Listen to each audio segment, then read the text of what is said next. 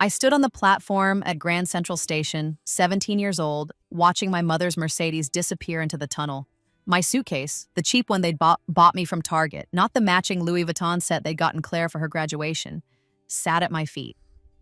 In my pocket was exactly $200 and a one-way ticket to nowhere they knew about. The thing was, they thought I was going to state college upstate. Community college, really, the kind of place they'd convinced me was more my speed. They'd driven me here, unloaded my single bag, and left without so much as a hug. Mom had checked her watch 3 times in the 5 minutes we stood there. Claire had a spa appointment at 3, apparently, and Mom needed to drop Dad at the golf club first. "You have our number if you need anything," Mom had said, not meeting my eyes. "Though you should really try to be independent now. You're an adult." Adult. Right. The kind of adult whose college fund had been redirected to pay for Claire's semester abroad in Paris. The kind of adult who'd been sleeping in the converted storage room while Claire got the master bedroom with the ensuite bath. The kind of adult who'd worked 2 jobs through high school to buy her own prom dress because there just wasn't room in the budget. I watched their car disappear, and I smiled. Because this wasn't the first time I'd stood on this platform. This wasn't the first time I'd watched them leave me behind like yesterday's trash.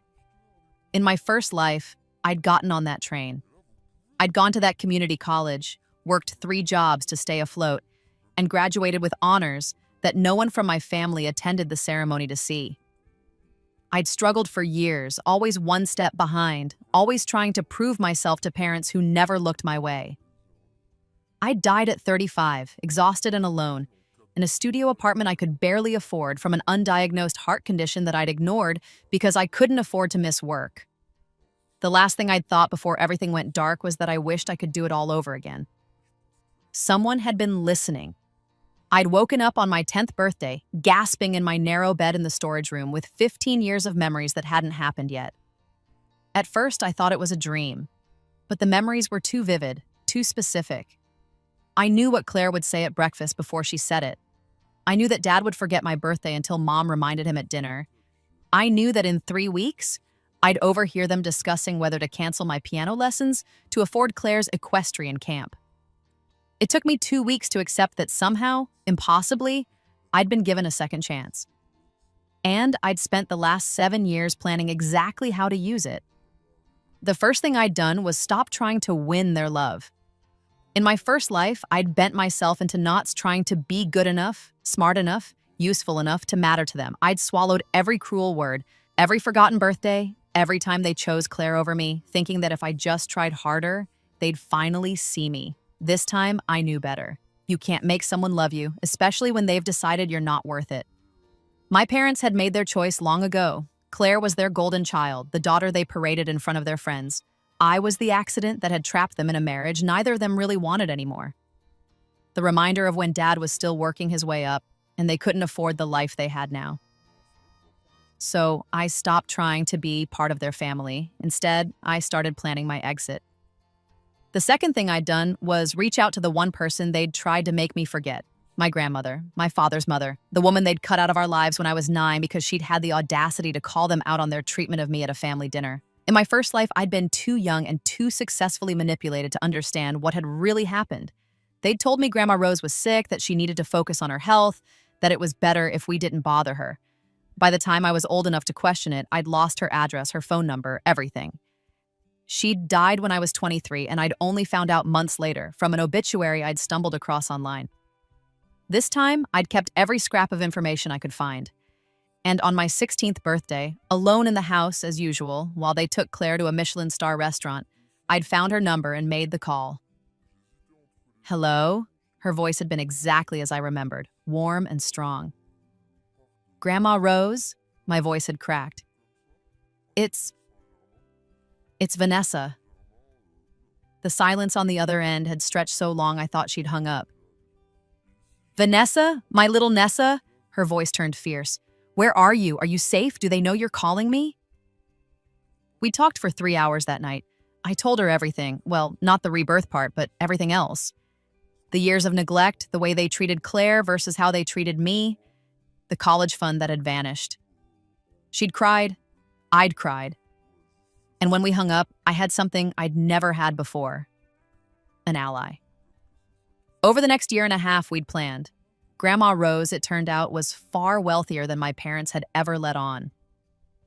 Dad's father had been a real estate mogul in the 50s and 60s, and while he died when Dad was young, Grandma Rose had managed the portfolio brilliantly for decades. She was worth somewhere in the neighborhood of $50 million. Money my father had assumed he'd inherit, money he'd been counting on to fund his early retirement, and the vacation home in Tuscany he'd already put a deposit on. He cut me off when I criticized his parenting, Grandma Rose had told me during one of our secret phone calls. Told me I was a bitter old woman who didn't understand modern family dynamics. As if there's anything modern about scapegoating a child. Her voice had turned sharp. I told him then that I'd changed my will. He didn't believe me. He's been waiting for me to die for 8 years now, assuming his groveling sister got everything. But she didn't. No, darling. I left everything in a trust. I was going to give it to charity, spite the whole lot of them. She paused. But now I think I have a better idea. The trust had been modified on my 17th birthday. Not that my parents knew. They thought I was exactly where they had always wanted me, safely out of the way at a nothing college, on a path to a nothing life that would never eclipse their precious Claire's shine. They had no idea I'd been accepted to Thornton College, one of the most prestigious private institutions in the country, with a full academic scholarship I'd earned through online advanced placement courses they didn't know I'd been taking. They didn't know that Grandma Rose had set up an account in my name with enough money to live comfortably while I studied. They didn't know that I'd been in contact with her lawyers, setting up everything I'd need for a life they couldn't touch. All they knew was that I was getting on a train to a community college 7 hours away. I picked up my cheap suitcase and walked, not to the platform they expected, but to the taxi stand outside. The driver loaded my bag and I gave him an address in Greenwich Village that my parents had never heard. My real apartment. The one Grandma Rose had helped me lease. 1 bedroom, small but beautiful, with tall windows and original hardwood floors. It would be my home base while I attended Thornton, a short subway ride away. As the taxi merged into traffic, my phone buzzed. A text from Mom. Hope you get settled okay. Remember to focus on your studies and not on distractions. I didn't respond. There was no point. In their minds, I was already gone, already filed away under handled in whatever mental spreadsheet they used to organize their lives. They had no idea that I was just getting started. The first semester at Thornton passed in a blur of classes, networking, and careful reputation building.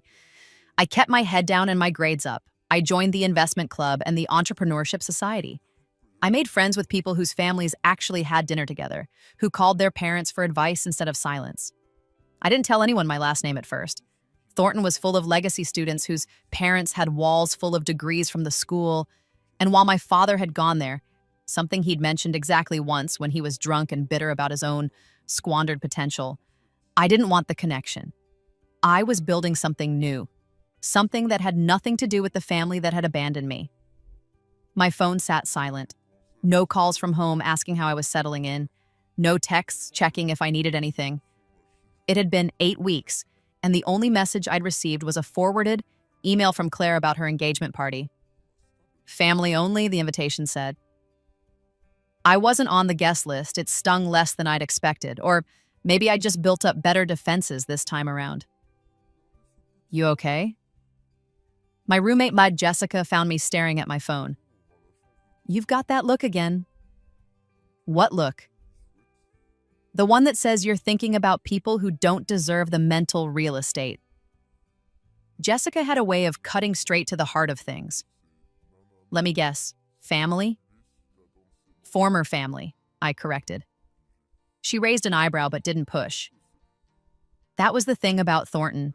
Everyone came from money, but not everyone came from happiness. We recognized our own. In November, Grandma Rose invited me to Thanksgiving at her estate in Connecticut. I took the train up and found myself in a house that felt more like home in 5 minutes than my parents' place ever had. She'd invited a dozen people, her book club friends, her neighbors, a few cousins from her side of the family that I'd never been allowed to meet. "Where's Vanessa been hiding?" one of the cousins, Marcus, asked. "I haven't seen her since she was tiny." "Her father decided I was a bad influence," Grandma Rose said crisply. "But Nessa's 18 now and makes her own choices." Over dinner, surrounded by laughter and warmth and actual conversation, I felt something loosen in my chest. This was what family was supposed to feel like. "Your father called me last week," Grandma Rose said later, when it was just the two of us in her study. First time in 8 years. What did he want? Money, what else? Apparently his vacation home deal fell through and he needs a bridge loan. She sipped her wine. "I told him I'd given all my spare capital to charity." "Did he believe you?" "He's desperate enough to want to."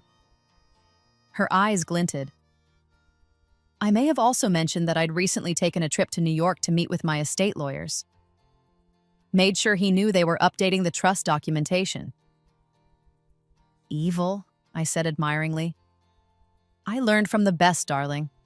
Your grandfather never did business with anyone foolish enough to show all their cards at once." By Christmas, my parents still hadn't called. I spent the holiday with Grandma Rose again and ignored the single text from my mother.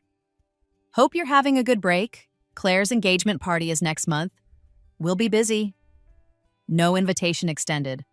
Not even a pretense that I was welcome. January brought Claire's engagement party at the country club. I knew about it from the photos flooding social media. Claire in designer clothes, Mom in pearls, Dad in his best suit, all of them beaming for the camera.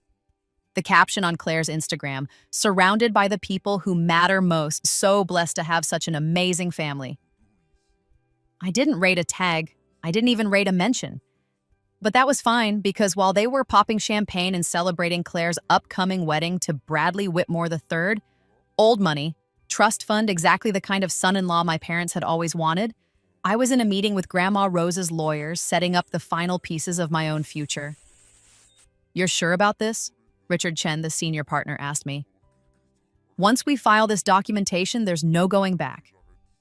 "I'm sure." Grandma Rose squeezed my hand. "Then let's make it official." The documents were signed. The trust was activated.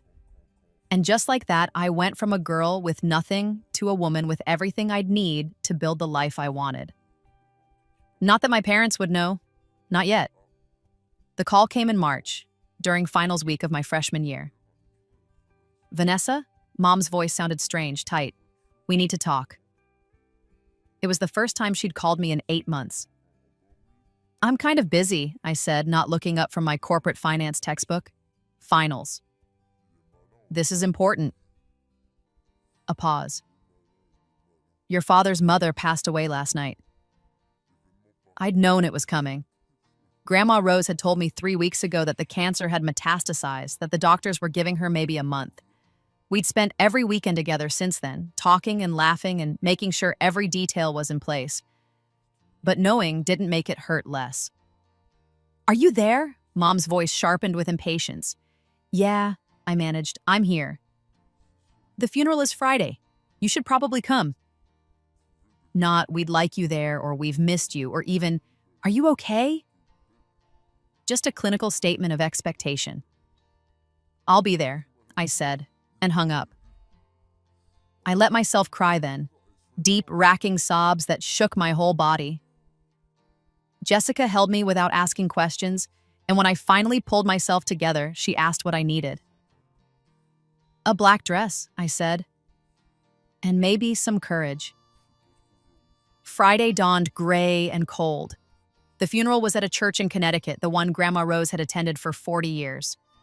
I drove up in the car I'd bought with money from the trust, nothing flashy, just a reliable Honda, and arrived early enough to sit in the back and watch the other mourners arrive. My father came in looking gray himself, older than I remembered. My mother was beside him in elegant black, and Claire followed in a dress that probably cost more than my first semester textbooks. They took their seats in the front row, the position of honor reserved for close family. I stayed in the back. The service was beautiful. Person after person stood up to talk about Grandma Rose's generosity, her fierce intelligence, her loyalty to those she loved. Marcus gave a eulogy that made everyone laugh and cry in equal measure. My father didn't speak. He just sat there, stiff and uncomfortable, like he was fulfilling an obligation he'd rather avoid. After the service, there was a reception at Grandma Rose's estate. It had been in her instructions. No sad graveside gathering, but a party to celebrate her life. The house was filled with flowers and food and people telling stories. I was standing by the window, holding a glass of wine I wasn't drinking, when my father finally noticed me. "Vanessa?" He looked genuinely startled. "What are you doing here?" "Paying my respects," I said evenly. "But how did you even know? I didn't think you'd been in contact with Mother." Before I could answer, Richard Chen appeared at my elbow. "Ms. Morrison, if you have a moment, we need to handle some documentation. You're mentioned in the will." My father's face went through several interesting expressions. "Mentioned in the will? That's... Mother wouldn't..." "If you'll excuse us," Richard said smoothly and guided me toward the study. Behind us, I heard my mother's sharp whisper. "What does that mean? She's in the will." The study was full of people I'd come to know over the past year. Grandma Rose's friends, Marcus and the other cousins, her longtime housekeeper, Maria. Richard stood at the front with Grandma Rose's will in hand.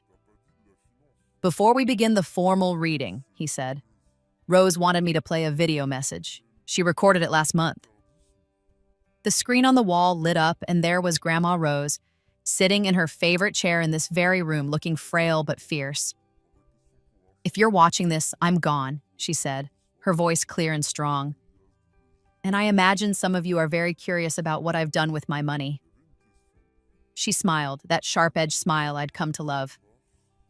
"So let me be clear. To my son, James Morrison, I leave the sum of $1. You cut me out of your life and your daughter's life because I dared to call you out on your cruelty. You've spent the last 8 years assuming you'd inherit everything, that my anger would fade. It didn't. You made your choice. Now live with it. To my granddaughter, Claire Morrison, I leave nothing. You've had every advantage in life handed to you on a silver platter. You don't need my help, and frankly, you never bothered to visit me except when your parents dragged you here as a child. You won't miss what you never valued.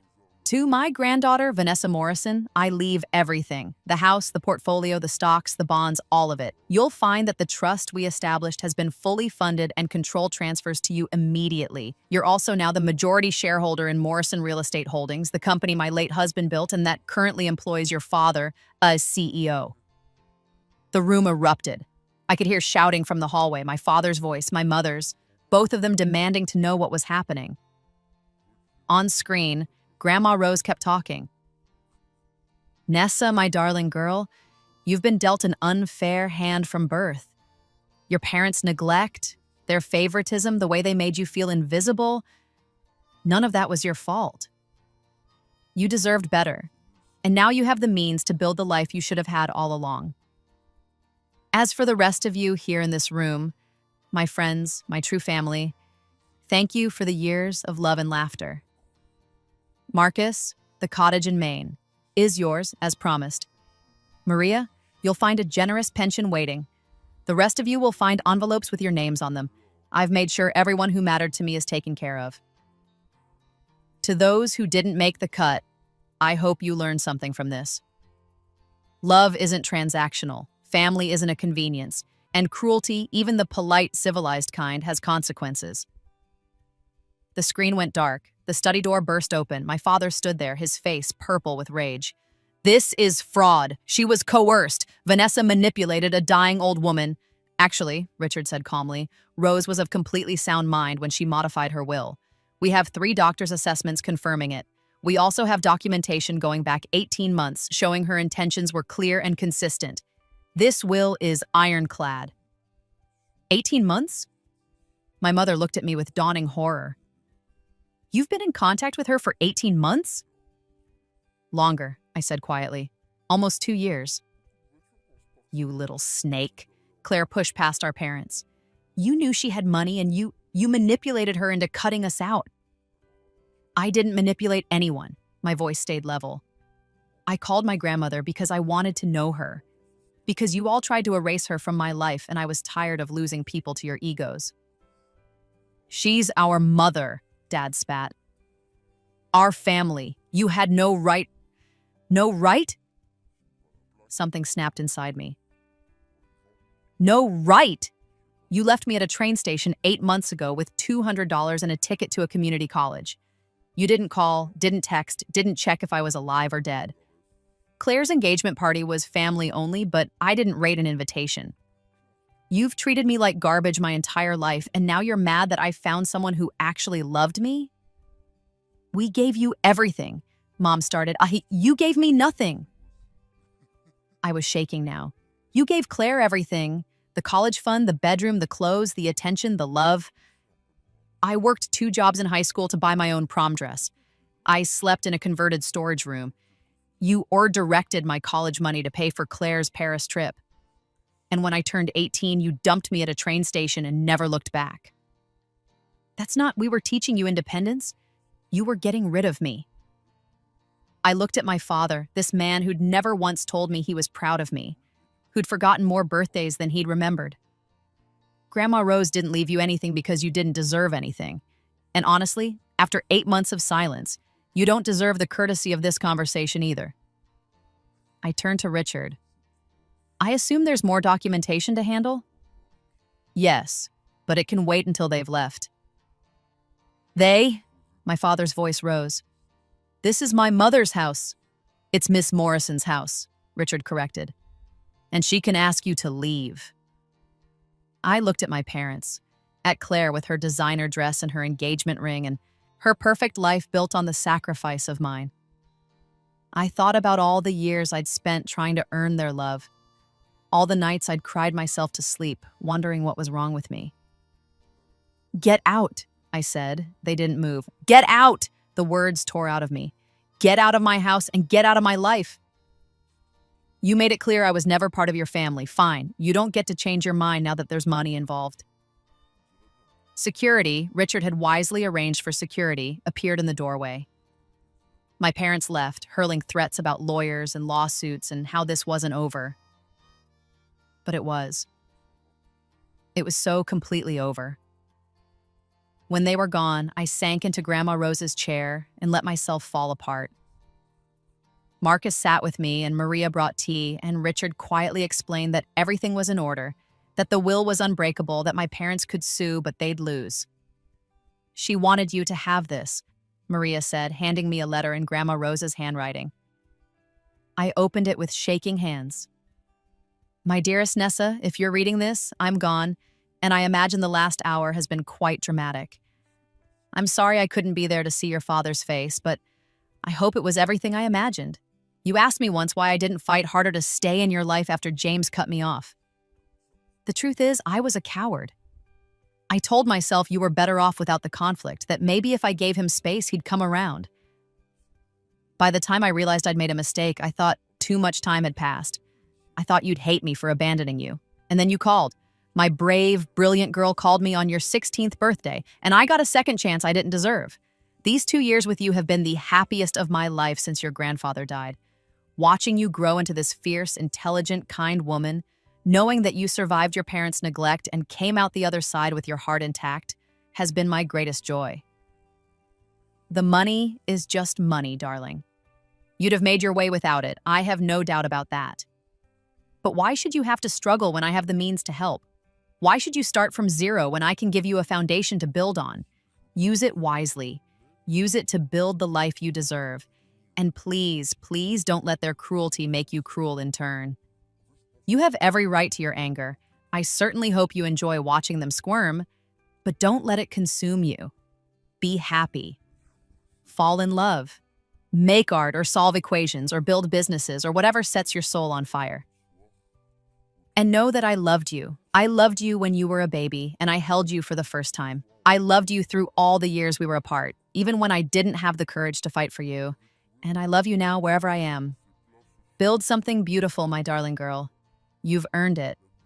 All my love, Grandma Rose. I read it 3 times, tears streaming down my face, and then I folded it carefully and put it in my pocket.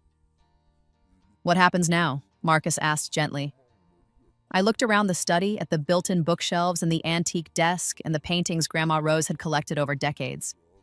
I thought about the trust fund, about the real estate portfolio, about the fact that I now owned the company my father had spent 20 years climbing the ladder at. And I thought about the life I was going to build. Not to spite them, though, that would be a lovely bonus. But for me, for Grandma Rose, for every version of myself that had suffered and survived. Now, I smiled through my tears. Now I get to work. The lawsuits came, exactly as predicted. My parents sued for undue influence, for elder abuse, for anything their lawyers could think of. Every single case was dismissed. The documentation was too thorough, the witnesses too numerous, the evidence of their neglect too damning. Their lawyer actually apologized to me after the final dismissal. For what it's worth, he said, I wouldn't have taken the case if I'd known the full situation. What they did to you, he shook his head. I'm sorry. Meanwhile, I went back to Thornton for my sophomore year. But now, instead of hiding my last name, I owned it. Morrison, the name on buildings around campus, the name on the scholarship fund I'd quietly established for students from difficult family situations. I kept my grades up and my profile higher. I dated a brilliant economics major named David, who actually wanted to hear about my day. I joined boards and committees and started learning how to manage wealth, not just have it. And I went to the office. Morrison Real Estate Holdings was headquartered in a glass tower in Midtown Manhattan. My father had been CEO for 5 years, ever since the previous CEO retired. He'd been coasting on the company's reputation and my grandfather's foundation, making safe bets and decent profits. But I was the majority shareholder now, which meant I had the power to make changes. I scheduled a board meeting for October, a month into the fall semester. I took the train down from Thornton in my best suit, my hair pulled back, my grandmother's pearl earrings in my ears. The receptionist didn't recognize me. Why would she? I was just another college kid in business casual. I'm here for the board meeting, I said. Name? Vanessa Morrison. Her eyes went wide. Oh, Ms. Morrison, of course they're expecting you. Conference room A, top floor. The elevator ride up felt like rising through layers of my past. How many times had I imagined working in a building like this? How many nights had I dreamed of being someone who mattered? The conference room was full of men in expensive suits and 2 women who looked like they'd fought hard for their seats at the table. My father sat at the head, looking confident and comfortable, until he saw me. What is she doing here? He demanded. Ms. Morrison holds 52% of company shares, Richard Chen said, mildly. He'd agreed to represent me at the meeting. She has every right to be here. More right than anyone, actually.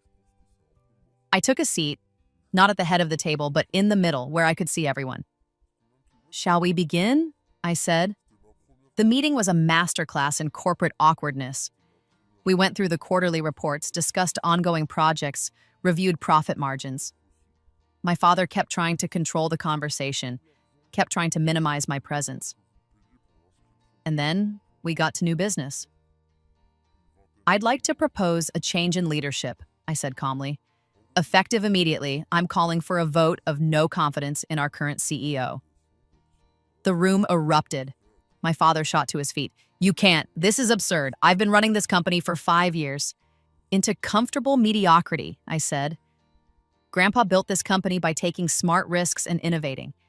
You've been playing it safe and watching our market share slowly erode. We're profitable, sure, but we're stagnant. I pulled out a presentation I'd spent weeks preparing with help from my professors at Thornton and some consultants Richard had recommended. These are our numbers compared to our top 5 competitors. This is where we're losing ground. And these are my proposals for new directions. I'd done my homework. I'd identified 3 emerging markets where Morrison Real Estate could expand. I'd found properties we'd overlooked, deals we'd walked away from that we shouldn't have. I'd built a 5-year growth plan that was aggressive but achievable. The board members leaned forward, interested despite themselves. Who exactly would you propose as CEO? One of the older board members asked. If not James? For now, I'd suggest an interim CEO from outside the family while we conduct a proper search. Someone with experience in growth stage real estate development. I named a woman I'd researched, a former CEO who'd taken early retirement, but might be interested in an interim role. I've already reached out to her. She's interested. This is a coup, my father hissed. This is a child playing with things she doesn't understand. I'm a child? I looked at him directly for the first time. I'm 19 years old, attending one of the best colleges in the country with a 4.0 GPA. I've spent the last year learning everything I can about this company and this industry. I've read every quarterly report going back 10 years. I've studied every deal you've made and every deal you've passed on. I stood up, placing my hands on the table. But you're right, I'm young and I don't have decades of experience. That's why I'm not proposing myself as CEO. I'm proposing better leadership and a clear path forward. If the board wants to keep you in your position despite the stagnation, that's your choice. But I'm the majority shareholder and I'm making it clear that I expect better. The vote was 8-3 in favor of my proposal. My father was out as CEO, effective in 30 days. He left the meeting without looking at me. I heard later that he tried to line up positions at competitors, but word had gotten around. The Morrison girl ousted him, was the story making the rounds. Companies didn't want to hire someone who'd lost a power struggle with his teenage daughter. I didn't feel triumphant. I just felt tired. But the next morning, when I woke up in my apartment in the village, I felt something else. Free. Claire's wedding was in December, a Christmas-themed extravaganza at the same country club where they'd held her engagement party. I knew about it because the invitations were posted all over social media. The actual paper invitation never materialized in my mailbox. I didn't go, obviously. I spent that weekend with David's family in Boston, experiencing what it was like to be around people who actually enjoyed each other's company. His mother asked me about my classes. His father wanted to hear about my work with the real estate company. His little sister asked me to help her with her math homework. Your family's nice, I told David that night. They're yours too if you want them to be, he said and kissed me. On Monday, my phone exploded with messages. Not from my family, I'd blocked their numbers months ago, but from friends, from acquaintances, from people I barely knew. Did you see Claire's wedding? Oh my God, the drama. Your sister is melting down on Instagram. I opened Instagram reluctantly.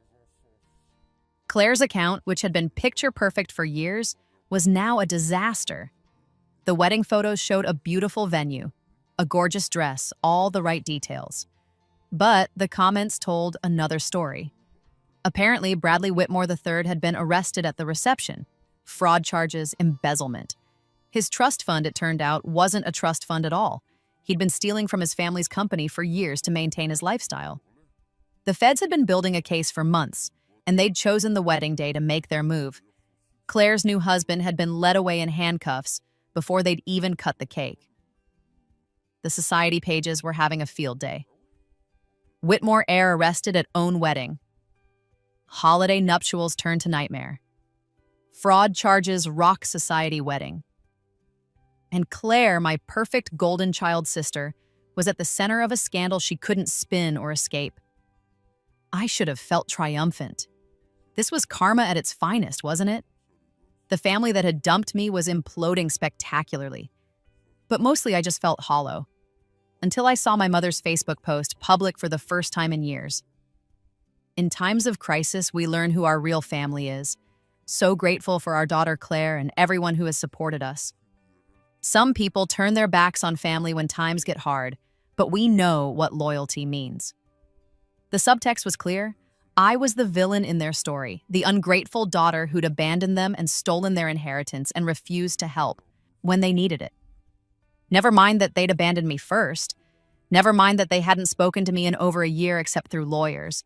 Never mind that every piece of suffering they were experiencing was a direct result of their own choices. I was the bad guy because I'd stopped playing the victim. I stared at the post for a long time, and then I did something I'd been avoiding. I wrote my own. I've stayed quiet for a long time about my family. I didn't want to air private pain in public, and I genuinely hoped that distance would let old wounds heal. But I've been watching the narrative being spun, and I can't stay silent anymore. I'm Vanessa Morrison. I'm 19 years old. I'm a sophomore at Thornton College, and I'm the daughter that my family erased. I'm not going to go into every detail of my childhood. That's between me and my therapist. But here are some facts.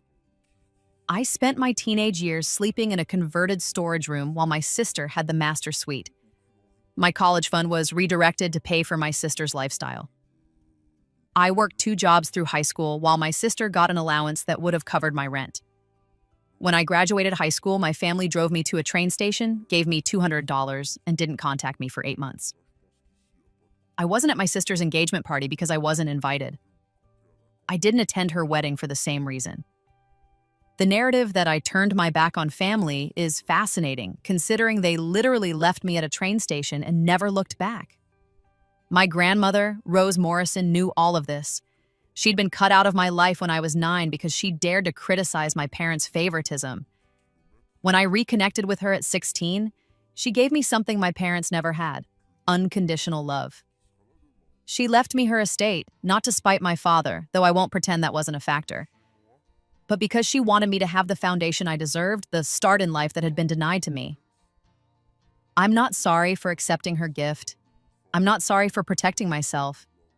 And I'm not sorry for building a life away from people who made it clear I was never welcome in theirs. To everyone who's reached out with support over the past year, thank you. To everyone who's judging me based on my family's selective version of events, I understand. Family is complicated, and it's easier to believe that there are 2 sides to every story than to accept that sometimes people are just cruel. But I'm done being the scapegoat. I'm done being the acceptable loss in their narrative. And I'm especially done being blamed for refusing to set myself on fire to keep them warm. I hope my sister's situation resolves itself. I genuinely do. But I'm not going to be guilted into playing the supportive family member after years of being treated like I didn't exist. I'm building my own life now, and it's a good one. I hit post before I could second-guess myself. The response was instant and overwhelming. Hundreds of comments, thousands of shares. Some people called me brave, some called me ungrateful. Most just said, "I'm sorry that happened to you." My parents predictably lost their minds. They threatened to sue for defamation. Their lawyer sent a cease and desist letter that Richard batted away with ease. "Truth is an absolute defense," he said calmly. But the real impact was quieter. People who'd known my family growing up started reaching out. Old neighbors, my parents' former friends, even some of Claire's high school classmates. "I always wondered why you seemed so different from the rest of them," one message said. "Now I understand." "I remember your mom forgot you at soccer practice once," another said. "Maya, you were waiting for 2 hours before the coach drove you home. She said she'd just gotten busy with Claire's recital. You were 9. Your dad told my parents once that you were the practice kid, and Claire was the one they got right." I thought he was joking. I'm so sorry. The messages built a picture I'd lived but never seen from the outside. Confirmation that I hadn't imagined it, hadn't exaggerated it. That the neglect had been real and visible and documented in 1,000 small ways by people who'd witnessed it and done nothing.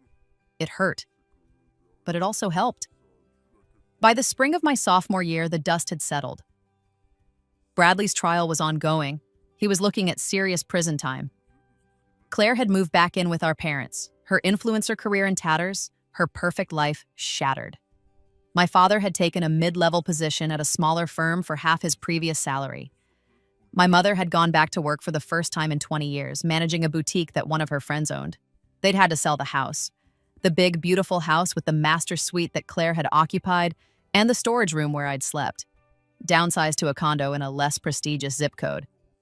I'd heard all of this secondhand from Marcus and other family members who'd stayed in touch. I didn't follow my parents on social media, didn't check their updates, didn't keep tabs on their lives. But sometimes information found me anyway. "Your father's been telling people you destroyed his life," Marcus told me over dinner one night. "He's got this whole victim narrative going. His ungrateful daughter, his mother's manipulation, how he's been wronged." "Of course he does," I said. Taking responsibility would require self-awareness. "Does it bother you?" I thought about it.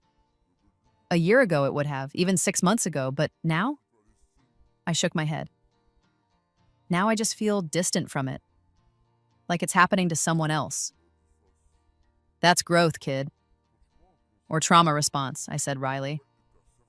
¿Por qué no los dos? I laughed. Marcus had become the older brother I'd never had, the family connection I'd always wanted. He'd introduced me to the cousins I'd never known, to Grandma Rose's entire side of the family that my father had cut off. I had aunts now, uncles, second cousins. I had people who called on my birthday and invited me to barbecues and actually wanted me around. The family I'd built was better than the family I'd been born into. At Thornton, I was thriving. My sophomore year GPA was even higher than my freshman year. I'd been elected to lead the investment club. I was dating David seriously now, and he'd started making noises about meeting the extended family, by which he meant Marcus and the cousins, the people who actually mattered. Are you nervous? I asked him. Terrified, he admitted. But in a good way, like, these are people who matter to you, so I want them to like me. They'll love you, I promised. And they did. The summer between sophomore and junior year, I brought David to a family reunion at the Connecticut estate. My estate now, though I could barely process that. 50 people showed up, all of them from Grandma Rose's side, all of them eager to know the girl she'd loved so much. You look like her, one of the older cousins told me.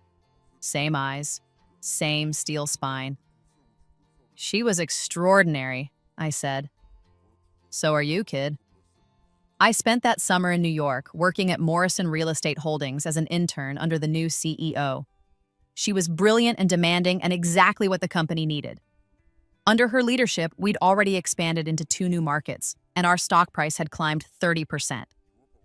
You have good instincts, she told me at the end of the summer. If you're interested in this industry long-term, you could do real damage. Good damage. I'm thinking about it, I admitted, but I want to finish my degree first, maybe get an MBA.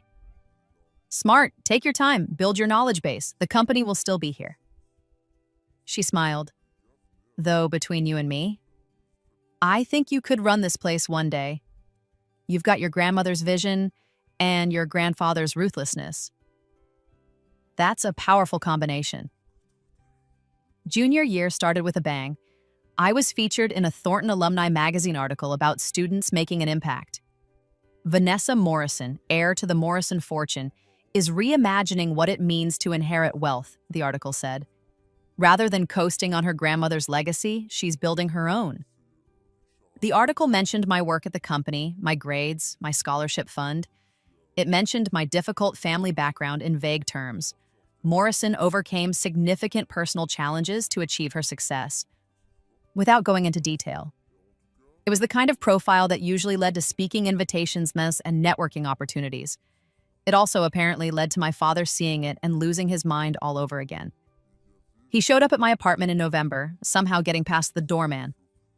I came home from class to find him sitting in the hallway outside my door. We need to talk, he said. I hadn't seen him in almost 2 years. He looked older, grayer, diminished somehow. The confident CEO who'd ruled his household with silent disapproval had been replaced by someone who just looked tired. No, I said, we really don't. Vanessa, please. He stood up. I'm your father. Biologically, sure. I got my keys out. But that's where the connection ends. I know I wasn't perfect. Perfect?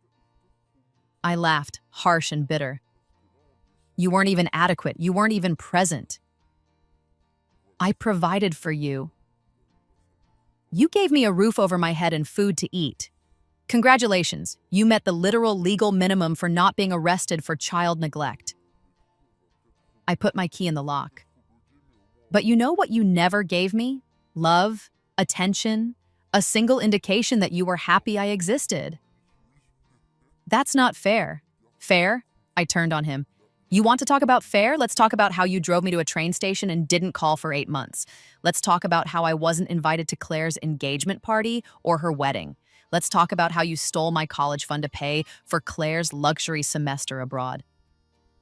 Let's talk about how you cut Grandma Rose out of my life because she had the audacity to point out that you were playing favorites. She turned you against me. She loved me, the words echoed in the hallway. She loved me and you couldn't stand it. You couldn't stand that someone in your family looked at me and saw value. So you cut her off and you tried to erase her, and when I found her again, you lost your mind because you couldn't control the narrative anymore. I'm sorry. He looked broken. I'm sorry, okay? I was wrong. I see that now, but you're my daughter, and I'm begging for another chance. I studied him, this man who'd given me half my DNA and nothing else. I tried to find sympathy in my heart, forgiveness, anything softer than the cold rage that had sustained me. I couldn't. You're not sorry you hurt me, I said quietly. You're sorry you lost your inheritance. You're sorry your life fell apart. You're sorry you have to face consequences for the first time in your entitled existence. But you're not actually sorry for treating me like garbage. That's not true. When's my birthday? He blinked. What? My birthday. When is it? He opened his mouth, closed it, opened it again. It's in the spring? It's in January 12th. I just turned 20 last month. I smiled without humor. You don't even know when I was born. You were there, presumably, and you still can't remember the date. Vanessa, go home, Dad. Go back to Claire and Mom and your reduced circumstances. Build whatever life you can from the pieces you have left, but leave me out of it. Please. You left me at a train station. My voice was steady now, cold and clear. You left me there like luggage you didn't want to carry anymore. You don't get to come back now and play the loving father. That door closed the day you drove away without looking back. I went into my apartment and shut the door, locked it, leaned against it until I heard his footsteps retreat down the hall. Then I called David and I cried, and I let myself grieve for the father I'd never had and never would. Senior year came with its own challenges and triumphs. I was president of the investment club now, co-teaching a seminar on ethical wealth management. My thesis on sustainable urban development won departmental honors. I was accepted to Harvard Business School for my MBA, deferred for a year so I could work full-time at Morrison Real Estate Holdings first. David proposed in the spring by the lake on campus with a ring that had belonged to his grandmother. I know you've got your own fortune, he said, laughing and nervous. But I wanted you to have something from my family too, something that says we're in this together. I said yes through happy tears, and we celebrated with both our families, his biological one, my chosen one. Marcus gave a toast that made everyone cry. David's mother welcomed me with open arms. It was everything a family celebration should be. My parents weren't there. I hadn't invited them. I'd heard through the grapevine that Claire was divorced now. Bradley had gone to prison, and she'd gotten an annulment, and working as a receptionist at a dental office. Mom and Dad were still in their condo, still scraping by, still blaming me for their downfall. I felt a pang of something. Not quite guilt, not quite pity. Just a sort of distant sadness that they'd chosen this path and couldn't seem to find their way off it. But it wasn't my job to save them. It had never been my job to save them. Graduation was bittersweet. I walked across the stage to thunderous applause. I was valedictorian, another achievement my parents would never know about, and collected my diploma with Grandma Rose's pearls in my ears and her strength in my spine. The CEO of Morrison Real Estate Holdings was there, along with Marcus and the whole extended family. David's family filled a whole row. Even Richard Chen showed up, beaming with pride. Your grandmother would be so proud, he told me afterward. I hope so, I said. Trust me, she knew exactly what she was doing when she gave you everything. She knew you'd use it to build something beautiful. That summer, before starting my full-time position at the company, I did something I'd been planning for months. I went back to my hometown, to the neighborhood where I'd grown up, feeling invisible. The house where I'd spent my childhood had new owners now. I didn't go inside. I just stood across the street and looked at it, remembering the girl who'd lived there. The girl who'd thought she was the problem. The girl who'd tried so hard to be good enough. Hey, David said softly beside me. You okay? Yeah, I took his hand. Yeah, I really am. We drove past my old high school, past the train station where they'd left me, past all the landmarks of a life I'd survived and transcended, and then we drove back to New York, to the life I'd built, to the future I was creating. 5 years later, I stood in the conference room at Morrison Real Estate Holdings as the board voted me in as CEO. At 25, I was the youngest CEO in the company's history and the first woman. The company had tripled in value under my leadership as COO. We'd expanded into 6 new markets, pioneered sustainable development practices, and become an industry leader. The vote was unanimous.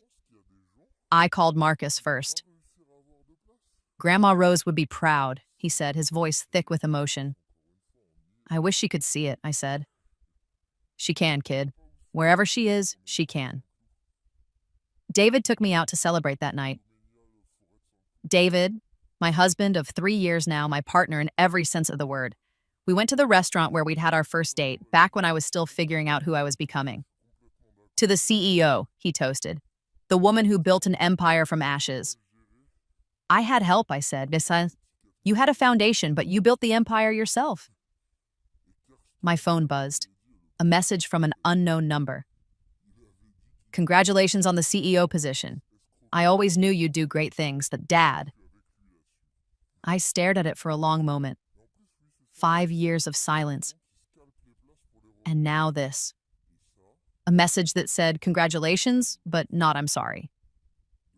That said, I always knew, but ignored the years when he'd acted like I'd never amount to anything. I blocked the number. "Family?" David asked gently. "Former family," I corrected, trying to get in on the success now that there's glory to share. "What are you going to do?" I thought about it. I thought about the girl I'd been, desperate for any crumb of affection from parents who couldn't be bothered. I thought about the woman I'd become, strong and successful and surrounded by people who actually loved me. "Nothing," I said. "I'm going to do absolutely nothing." "They made their choice 10 years ago. They don't get to change it now." David raised his glass again. "To the family we choose." "To the family we choose," I echoed. That weekend, I went to Connecticut, to the estate that was mine now, but would always be Grandma Rose's in my heart. Marcus and his family were there, along with a dozen other relatives. All of us gathered to celebrate the latest Morrison milestone. "Speech," someone called out. I stood up, glass in hand, looking at these people who'd embraced me when my own parents had thrown me away. "I don't have a speech prepared," I said. But I want to say thank you. Thank you for being the family I needed. Thank you for showing me what love actually looks like. And thank you to Grandma Rose, wherever she is, for giving me the tools to build the life I deserved." I raised my glass to second chances, to chosen family, and to building something beautiful from broken pieces. "To building something beautiful," they all echoed. Later, alone in Grandma Rose's study, my study now, I pulled out the letter she'd left me. I'd read it hundreds of times. Over the years, whenever I needed strength or guidance or just the reminder that I'd been loved. "Build something beautiful, my darling girl." I looked around the room, at the life I'd constructed piece by careful piece. The career I'd earned, the love I'd found, the family I'd chosen, the peace I'd fought for. "I did it, Grandma," I whispered. "I built something beautiful." And somewhere, I like to think, she was smiling. The ending came not with a bang, but with a whisper. A year later, I was pregnant with my first child, a daughter, according to the ultrasound. David and I were picking out nursery colors and arguing over names and building the kind of family we'd both dreamed of. The news inevitably reached my parents. They sent a card through Marcus, not trusting that I hadn't blocked their address too. "Congratulations on your pregnancy. We hope to meet our grandchild someday." Our grandchild. As if they had any right to claim her. I threw the card away without responding. "Do you ever regret it?" David asked me one night as we lay in bed, his hand on my growing belly. "Cutting them off completely?" "No," I said, and I meant it. I regret that I had to. I regret that they didn't love me enough to be better. But I don't regret protecting myself. And I definitely don't regret protecting our daughter from people who would make her feel the way they made me feel. Fair enough? Our daughter was born on a Tuesday in March, healthy and perfect, and loved from her first breath. We named her Rose after the woman who'd saved me. Rose Vanessa, giving her my name as her middle, a reminder that she came from strength. I held her in the hospital, this tiny perfect thing, and I made her a promise. You will never doubt that you are wanted. You will never wonder if you are loved. You will never feel invisible or less than, or like you have to earn your place in this family. You are ours and we are yours, and that's forever. David kissed my forehead. She's lucky to have you. We're lucky to have each other. The family came to visit. Marcus and his kids, David's parents and sister, all the cousins and aunts and uncles from Grandma Rose's side. The hospital room was filled with flowers and balloons and love. My parents didn't come. I hadn't told them which hospital, hadn't given them any information at all. They existed now only as characters in a story I sometimes told, a cautionary tale about what not to do, about how cruelty compounds and neglect leaves scars. But they didn't get to be part of this joy. They'd forfeited that right years ago at a train station when they'd driven away and never looked back. Sometimes in quiet moments, I wondered about them. If they understood yet what they'd lost, if they'd ever taken responsibility for their choices, if Claire had ever apologized for her complicity in my erasure. But mostly, I didn't think about them at all. I was too busy living the life I'd built, running a company, raising a daughter, loving a man who loved me back, being part of a family that actually functioned. The happy ending I'd fought for, survived for, rebuilt my entire existence for. They'd left me at a train station expecting me to disappear into a life of mediocrity and silence. Instead, I'd built an empire. And I'd never told them where I went because they'd never bothered to ask. That was their loss, their failure, their regret to carry. I was too busy being happy to care.